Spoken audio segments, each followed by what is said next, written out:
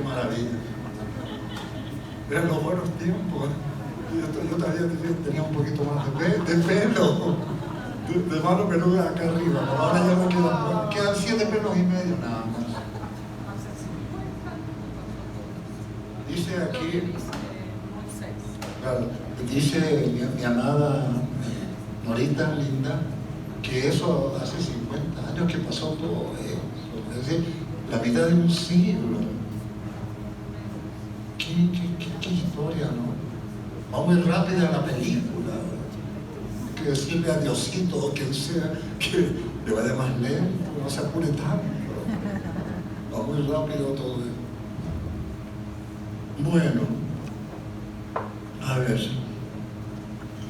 ¿qué les puedo decir de otras cosas? A ver, la importancia de México es muy... Ya lo he dicho en más de una oportunidad. Cuando se suspende después de llamarlo así, la vida democrática, en aquel país del sur del mundo, que aún se llama República de Chile, y desde los Estados Unidos con la alianza de algunos personajes de memoria muy triste, por decirlo suave, llevan a cabo esto que se llaman los golpes de Estado. Tenían una cierta gimnasia, desde los propios Estados Unidos ya venía esa gimnasia, habían ido dando golpes de Estado como quien mata a una mosca, o un equipo de moscas, por el respeto de las moscas, por supuesto. Entonces, cuando sucede eso, al segundo o tercer día no se podía uno salir de allí, de la casa, cuando ya la dictadura levanta permite que las personas que están en tales casas puedan salir de sus casas, incluso a comprar algo, el mandado diario, lo que fuere. Nosotros salimos. Estaba nuestro hijo Iván, que por aquí anda, estaba muy chiquillo. Aquí estaba nuestro querido Iván, era muy chiquito, 6 años, cuando mucho, 6, 7. Y dijimos, sí, vamos a comprar un poco de pan, algo para comer a la esquina. Y ese algo para comer en la esquina fue nada más y nada menos que la Embajada de México en Chile, la embajada primero. Es decir, donde vivía el embajador de México en Chile, su esposa y una familia pequeña, 2 o 3 hijos.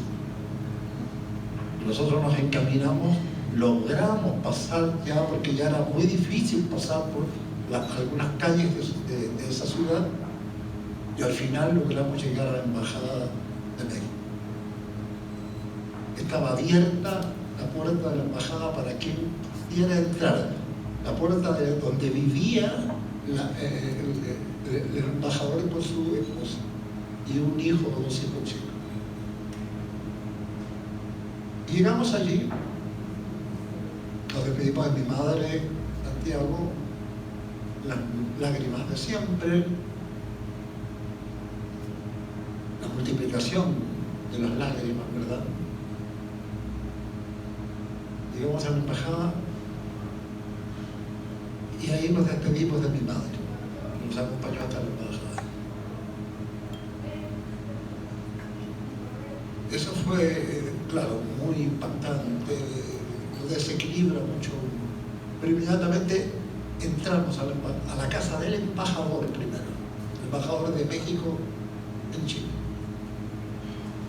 Cuando empezamos a entrar a la embajada, un funcionario de la embajada de México nos dice: si ustedes entran aquí, piden asilo, ya no pueden salir.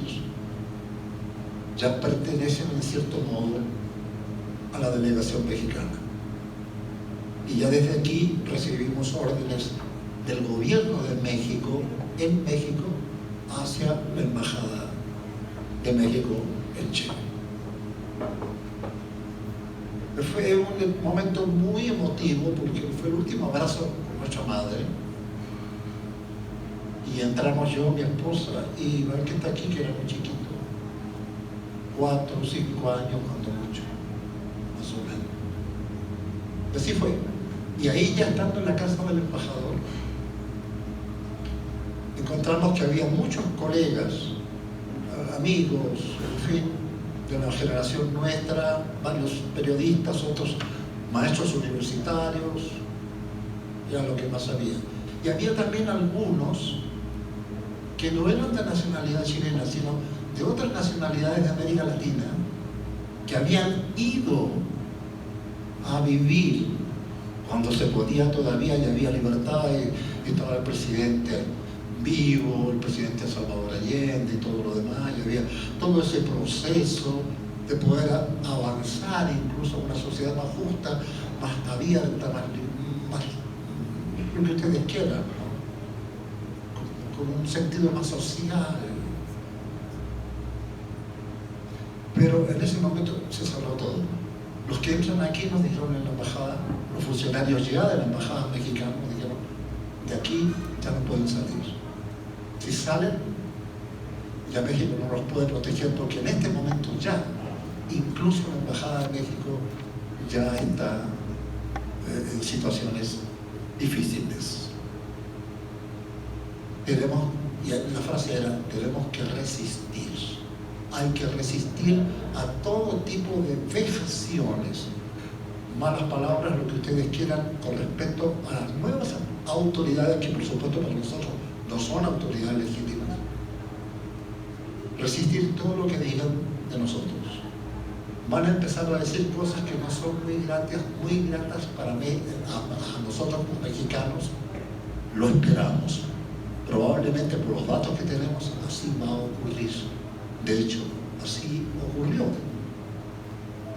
Estuvimos en la embajada, como les digo, ahí alrededor de un mes, pero los funcionarios de la embajada de México, obviamente mexicanos, nos dijeron, hay que aguantar todo.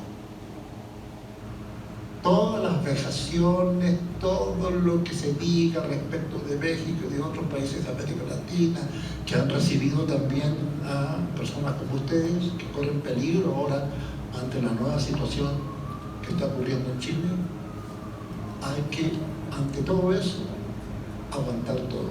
Pero nosotros, en el caso de México en particular, no lo olviden y tengan confianza. Nosotros vamos a jugar la última carta del naipe. La última carta la va a jugar México.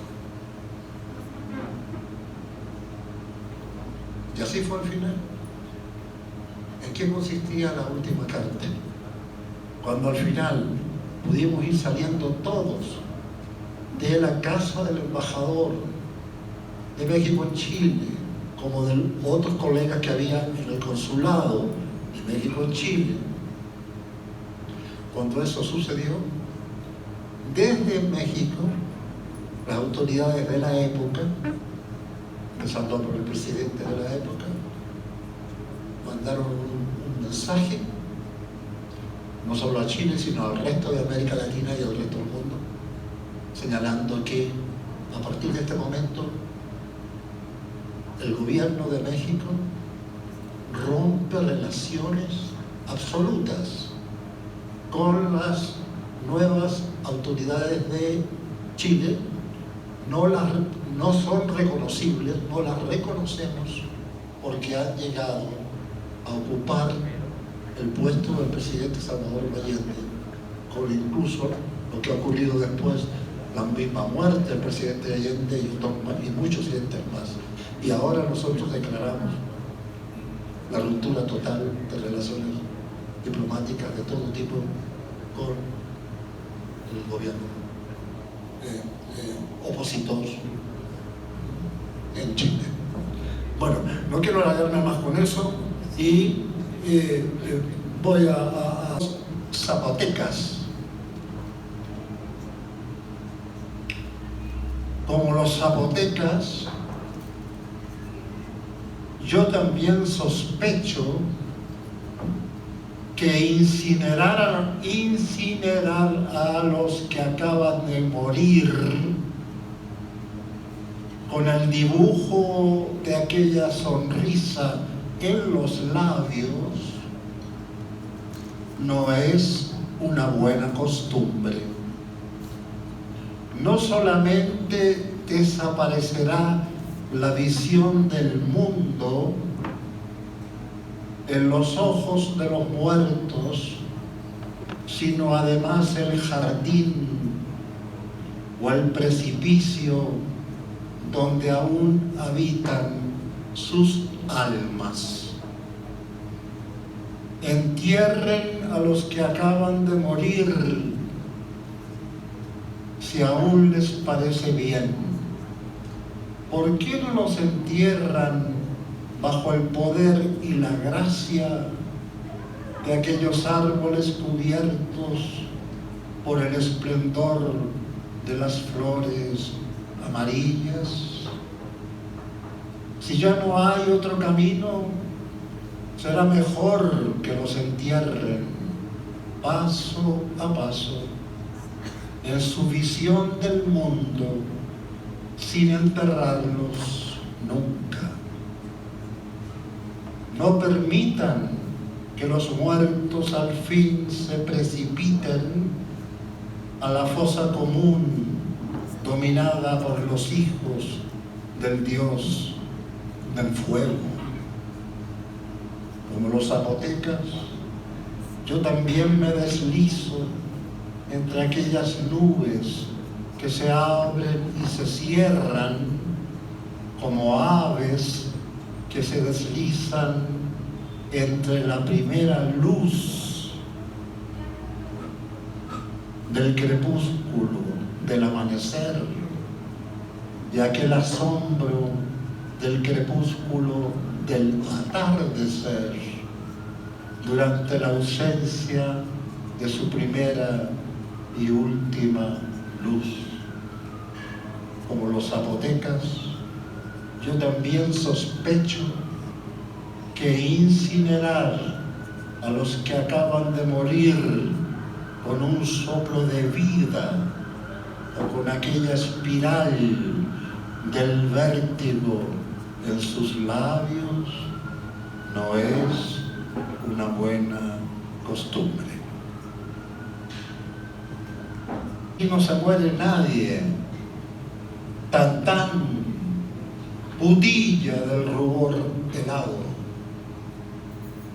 A los espíritus de José Gorostiza y de Jaime Sabines, que sonríen con algo de nostalgia de vuelo en vuelo. El poema dice: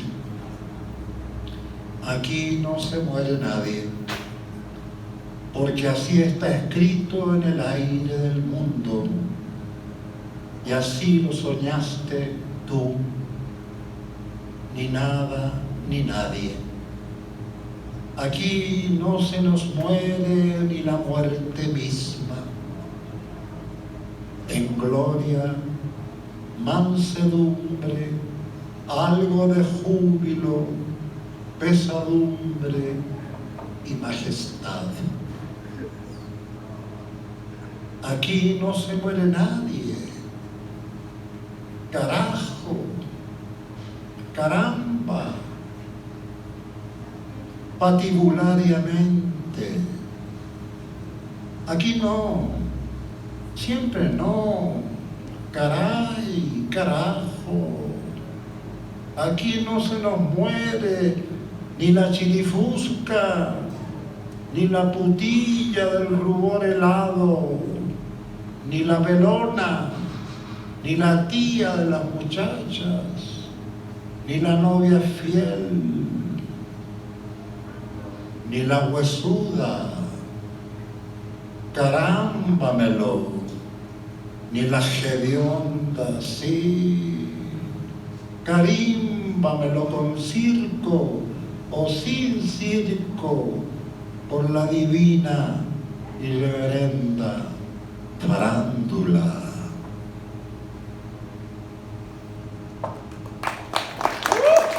A mí también me encanta Dios.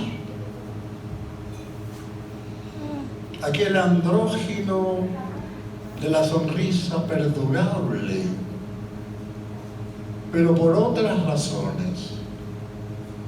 Antes que nada, sí, antes que todo y nada, me deslumbra Dios por ser un diminuto y gigantesco animal de naturaleza invisible. Me gusta el juego visible de Dios.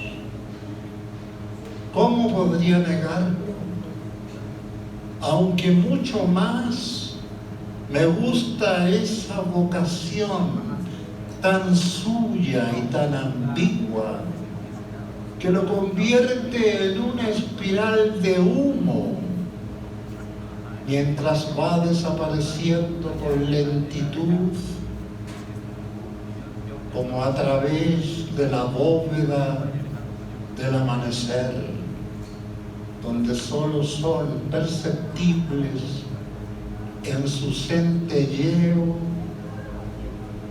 la anfibia luz y el aire más antiguo y más puro, aquel aire luminoso de siempre. Según los últimos descubrimientos de la biología, Dios no es una criatura muy joven o muy vieja, y puede ser un carnívoro simpático, una especie de roedor celestial o un mamífero visiblemente antipático a pesar de su transparencia. No, Dios no es un caníbal por ahora, no es un vértigo ni una bestia indomable, aun cuando algunos piensen que cultiva la antropofagia de un modo clandestino. Dicen que no es un demiurgo, sino más bien un taumaturgo que tuvo la virtud de inventar algunas cosas muy importantes y más verosímiles que inverosímiles. Pensemos en el escarabajo de ojos, aún más amarillos que los ojos de la Madre de Dios, así como en la curva minúscula del microscopio y la curva mayúscula del telescopio. Pensemos en la pulga roja de Trivandrum, al sur de la India, cuya mirada es aún más intensa que la de las otras pulgas, más o menos felices, que todavía respiran a lo largo del mundo. Brincan y respiran como si después de todo la maldad no fuese más que el desliz involuntario de la bondad eterna. Luego del deslizamiento simbólico a partir de aquella pulga roja, pensemos en las bacterias mutantes que se han convertido en el origen de la esquizofrenia dentro de la monarquía no muy audaz y torpemente absoluta de los antibióticos. Pensemos en las bacterias, sí, en aquellos insectos aún más peludos que los que acosaban durante el sueño a Rubén Darío y a José Lezama Lima, dos bestias de respiración armónica, más asmática que armoniosa, y con el brillo en sus ojos de siempre. Dos criaturas neurasténicamente juveniles y muy ambiguas, mientras se alarga el sueño como en la edad de las cavernas. Me asombra Dios, porque su locura, cuyo rumor no solo es virtual, no lo obliga a sentirse más importante que la muerte. De pronto saca su lengua, la agita en el aire y se van configurando las distintas lenguas del mundo. Lo mismo ocurre con las orejas, que siempre serán hijas de una espiral de luz, así como del vértigo.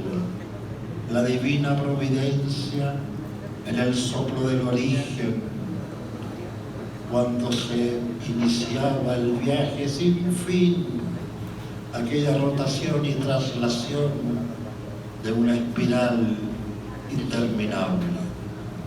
Sospecho que Dios, a pesar de saberlo casi todo, no sabe todavía quién es Dios, y dicha certidumbre lo vuelve más vulnerable y menos antipático.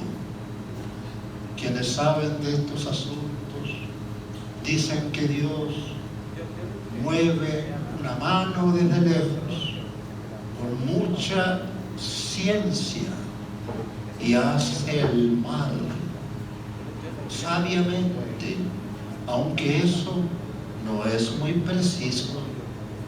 Más bien ocurre lo contrario. La bestia se estremece por dentro, como en una epilepsia celestial o submarina, y solo entonces van apareciendo las manos de Dios, quien aún es hijo del desliz ondular del mar. Sí, el Dios que todos conocemos, tal vez sin conocerlo nunca, es hijo único del mar, y el mar es quien agita con furia todas sus manos y se hace a sí mismo, figurándose y desfigurándose por dentro y por fuera de las aguas del mar. Si los espíritus del océano se convulsionan pendularmente más allá de su piel, Dios se vuelve muy feliz y amenaza con morirse de risa, como dicen que ocurrió en los días anteriores al primer crepúsculo matutino, aquel alba del Génesis. No hay algo más seductor y estimulante que el vaivén del péndulo, tanto para las aguas del mar como para las profundidades de Dios, allí donde todo, una vez más, está por verse, y hasta el mismo Dios podría saber quién es, con un poco de fortuna. Transcurrirán los años y dirán que a mí me gusta, que a mí también me encanta Dios. Más bien la sonrisa, siempre nueva y siempre antigua de Dios. Que aquella sonrisa nos haga dormir en paz cuando llegue el momento, y que se bendiga a sí misma, por último, si es tan fértil, astuta y prodigiosa, como se viene repitiendo desde que el mundo es mundo. e incluso desde antes, cuando solo existía el vuelo pendular de la primera fecundación sobre las aguas del mundo. Muchas gracias.